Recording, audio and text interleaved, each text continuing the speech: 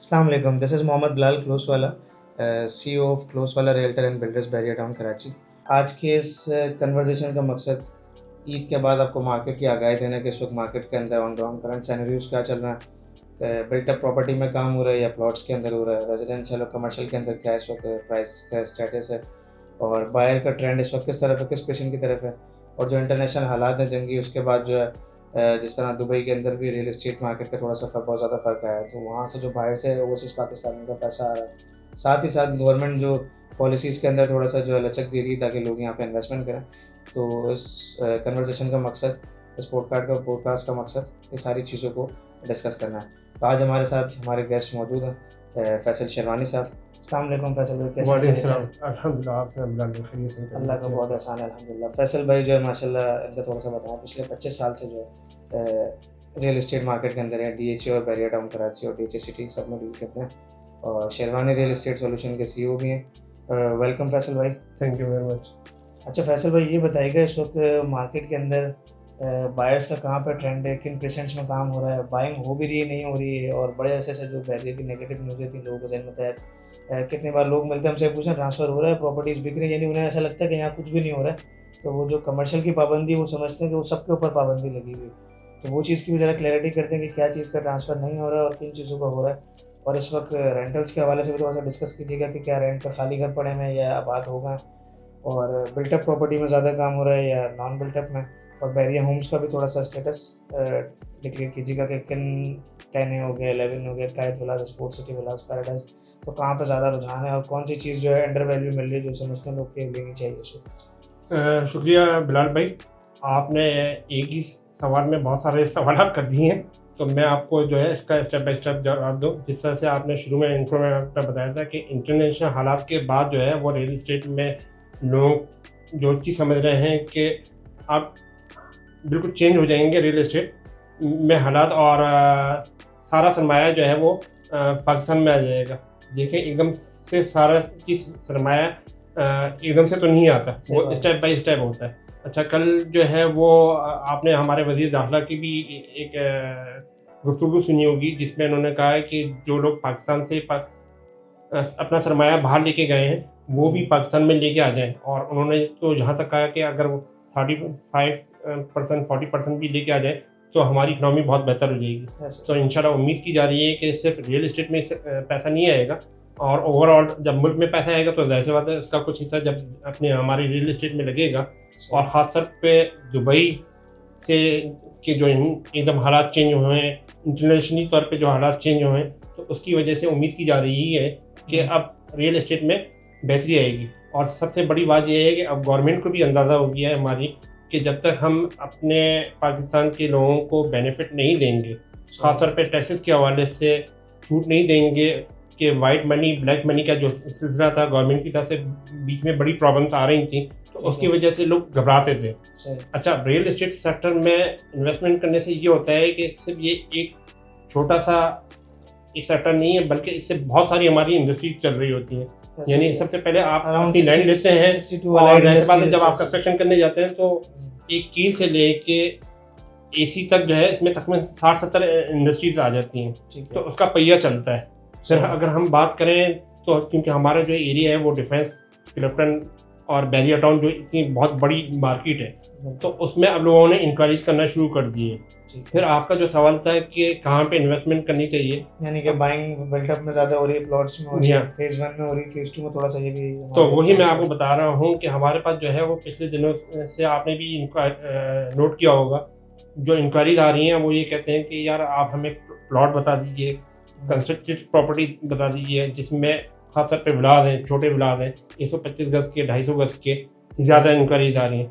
फिर जाहिर सी बात है कि एक सबसे बड़े जो इम्पैक्ट आ रहा है, ये जो शारा भट्टो बन रहा है, तो वो डिफेंस से बैरिया और DHA सिटी को कवर कर रहा है। ठीक है। अब उसकी डिस्टेंस की वजह से जो डिफेंस के लोग हैं वहाँ पे आपने देखा होगा कि करोड़ रुपए की प्रॉपर्टी पहुँच गई है। हर चीज़ की, हर बंदे की एक लिमिट होती है, वो जब लिमिट खत्म हो रही है तो वहाँ पे बाइंग खत्म होती जा रही है, तो ऑटोमेटिकली जो है वो क्लाइंट के पास जो ऑप्शन आ रहे हैं वो नंबर 1 आ रहा है बैरिया, क्योंकि बैरिया का लिविंग स्टाइल है जो इंफ्रास्ट्रक्चर है वो आपके सामने है। फिर उसके बाद आ जाता है DHA सिटी।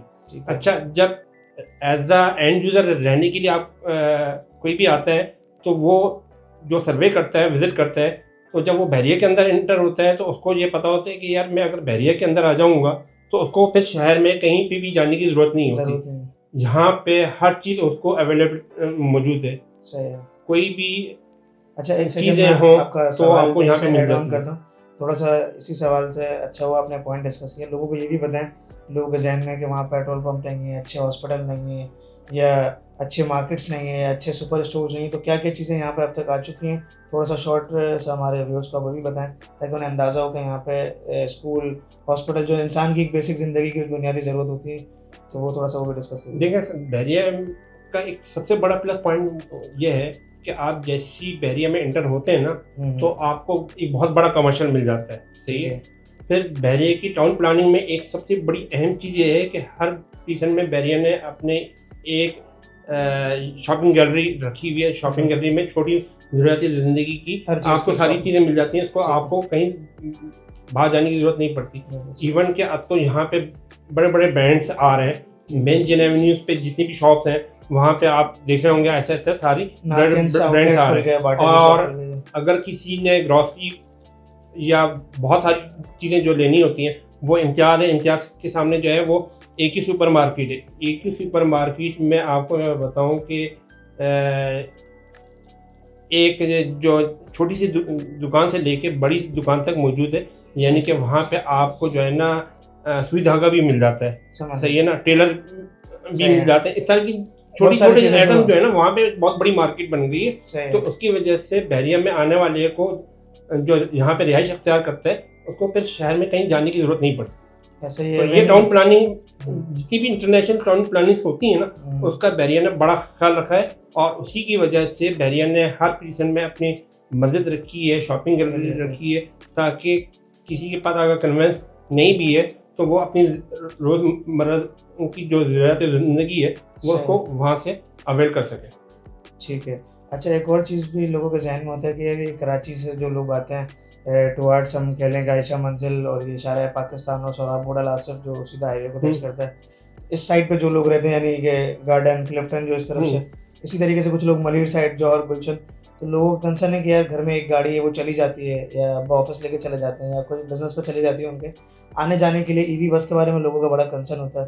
तो EV2 और जो EV4 चलती है, थोड़ा सा इसका भी डिस्कस करते हैं, कहाँ से कहाँ तक चलती है और ये क्या फौरी चल रही होती है, बहुत लंबा इंतजार करना पड़ता है, क्या इसके फेयर हैं, ये थोड़ा सा हमें जो है ना व्यूअर्स को ये भी डिस्कस करके आप बताएं। देखिए, मैं आपने बहुत अच्छा सवाल किया कि पब्लिक ट्रांसपोर्ट जो है ये गवर्नमेंट ऑफ सिंध की जो है वो मैं इसको अप्रिशिएट करूंगा कि उनके तावन से बहरिया में ये चीज़ चल रही है। 2 रूट पे चल रही है। एक आपका बहरिया से आयशा मंजिल तक का रूट है और जो दूसरा रूट है वो बहरिया से मरीर का रूट है। अच्छा, उसमें ये है कि जो इनकी टाइमिंग है उसमें वो टाइमिंग ऐसी है कि जो सुबह ऑफिस जाने वाले हैं, शाम में आने वाले हैं, उनके लिए बहुत सहूलत हो गई है। जो पहले यहाँ से लोग गाड़ियों में अपनी गाड़ियाँ कन्वेंस लेके जाते थे, अब वो अपनी कन्वेंस लेके नहीं जाते, वो EV2 और EV4 में जाते हैं। तो उनको अब ये चीज़ की भी सहूलत है। अलबत्ता मैं बहरिया मैनेजमेंट से ज़रूर ये कहूँगा कि इस ट्रांसपोर्ट के अलावा भी वो अगर और दूसरे ट्रांसपोर्ट का इंतजाम करें, खासतौर पे इंटरनल बहरिया में जो है ना वो बहुत ज़रूरी है। यानी कि एक जो फर्द बहरिया टाउन में पीसन 35 में रहता है और उसको अगर पीसन 1 या पीसन 2 में आ रहा है तो उसके लिए वो ये चीज़ें बड़ी परेशानी है। अगर बहरिया इन चीज़ों को हाईलाइट करता है और इन चीज़ों को सॉल्व कर लेता है तो आने वाले दिनों में मैं उम्मीद करता हूँ कि बहरिया में और बहुत ज़्यादा तेज़ी से एंड यूज़र जिसे हमारी लैंग्वेज में कहते हैं वो आएगा और लोगों को बहुत सहूलियत मिलती रहेंगी। सही। अच्छा फैसल भाई, कुछ लोगों का ये सवाल भी बड़ा आता है जो बहरिया होम्स के अंदर जैसे कायद विलास है, इकबाल विलास है, पीसन 10 है, या फिर प्राइवेट के अंदर हम पीसन 168 की बात कर लेते हैं, तो जैसे कहीं पे 4 करोड़ का विला है, 3.5 करोड़ का विला है, तो लोगों के पास जो है ना पूरी वन शॉट अमाउंट नहीं होती। तो कुछ लोगों का ये भी कंसर्न होता है कि हम 50% 60% दे के पोजीशन ले लें म्यूचुअल अंडरस्टैंडिंग से और हम एग्रीमेंट करके रिमेनिंग पेमेंट एकदम हम नहीं कर सकते, 3 महीने, 6 महीने या साल भर तक का हमें पेमेंट शेड्यूल मिल जाए। तो इस तरह के ऑप्शन हमारे पास बहरिया में मिल जाते हैं।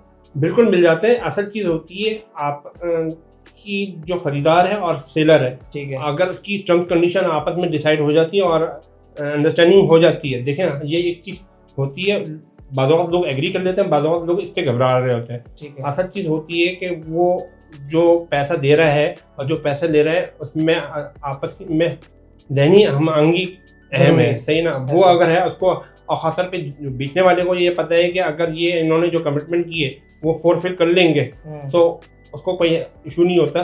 बाज़ वक़्त ये होता है कि वो बेचते चीज़ थक जाता है, नहीं मिलती तो बोलता है यार ये मेरे पास एक ऑप्शन आ रहा है तो मैं इसको, इस पे आपस की अंडरस्टैंडिंग पे ये चीज़ होती है और ऑप्शन मिल जाते हैं। और इसी के साथ मैं ये उन क्लाइंट्स और इन्वेस्टर्स को भी मशवरा दूंगा कि आपके पास कोई इस तरह की प्रॉपर्टी है जो आपको आपके हिसाब से नहीं मिल पा रही, या कैश पे आपने महंगे टाइम पे परचेज़ की हुई है, आपको कंस्ट्रक्शन वाइज महंगी पड़ी, तो आप ज़रूर इस ऑप्शंस को भी कंसिडर करें, बट सेफ साइड रह के प्रॉपर एग्रीमेंट डॉक्यूमेंटेशन ज़रूर करें, सारी चीज़ें वेरीफाई करके, ताकि आपकी प्रॉपर्टी बिक भी जाए और एक परचेजर जो नया आ रहा है उसको भी एक सहूलत हो जाए, इस तरह आप दोनों का काम हो जाए और वो डील मैच्योरिटी की तरफ चली जाए। ठीक है फैसल भाई, इसी के साथ हम इसकी अपने कन्वर्सेशन का इख्तिताम करते हैं इंशाल्लाह ताला। फिर नेक्स्ट एपिसोड में बकाया अपडेट्स, मार्केट प्राइसेस और चीज़ों के हवाले से इंशाल्लाह बात करेंगे। जब तक के लिए अपने मेज़बान मोहम्मद बिलाल को इजाज़त दीजिए। अल्लाह हाफ़िज़। Thank you.